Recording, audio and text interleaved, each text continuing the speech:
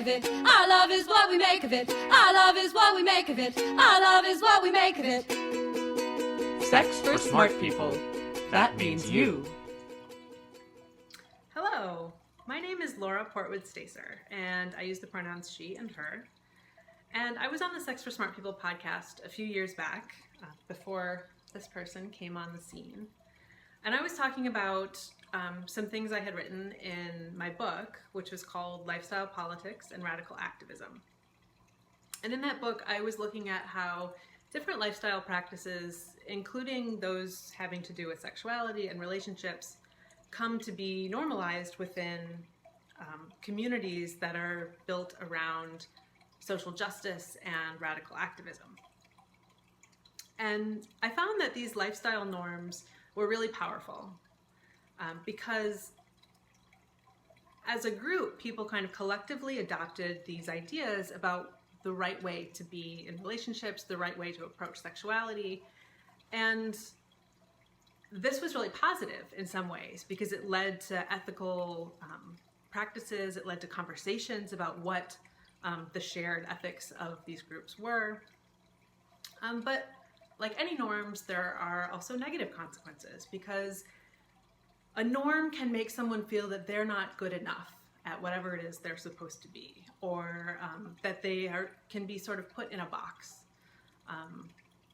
And that if they fail to measure up, they'll face kind of ostracism or even just poor self-image in the context of their community.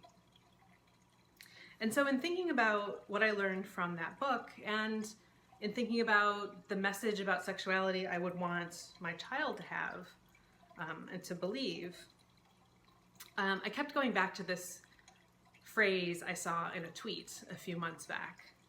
And the tweet was by a woman named Sarah Ahmed, who's a feminist, queer, anti-racist scholar in the UK.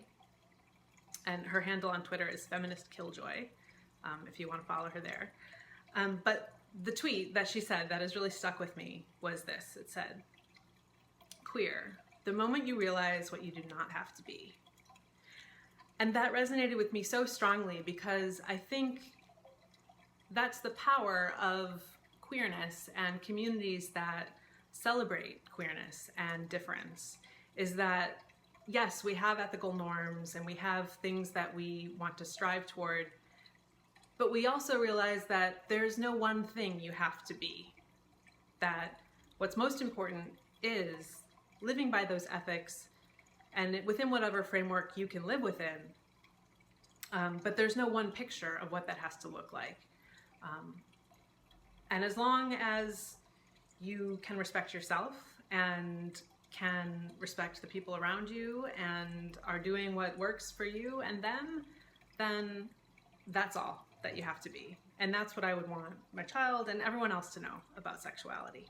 Thanks. Hey, I'm Stephanie and I use pronouns she, her, hers, or they, them, theirs. And I'm the co-host of the Sex for Smart People podcast. And we were so excited to have Laura, who you just heard from, on board with us on episode 5, in which we talked about all sorts of things, including our personal choices around love and sex and family. Are they inherently political? Does that matter?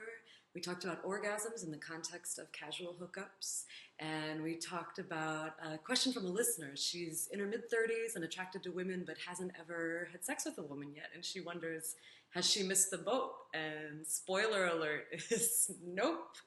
And so all that and more you can find at sexforsmartpeople.com. Check out episode 5 with Laura Portwood-Stacer. Bye for now.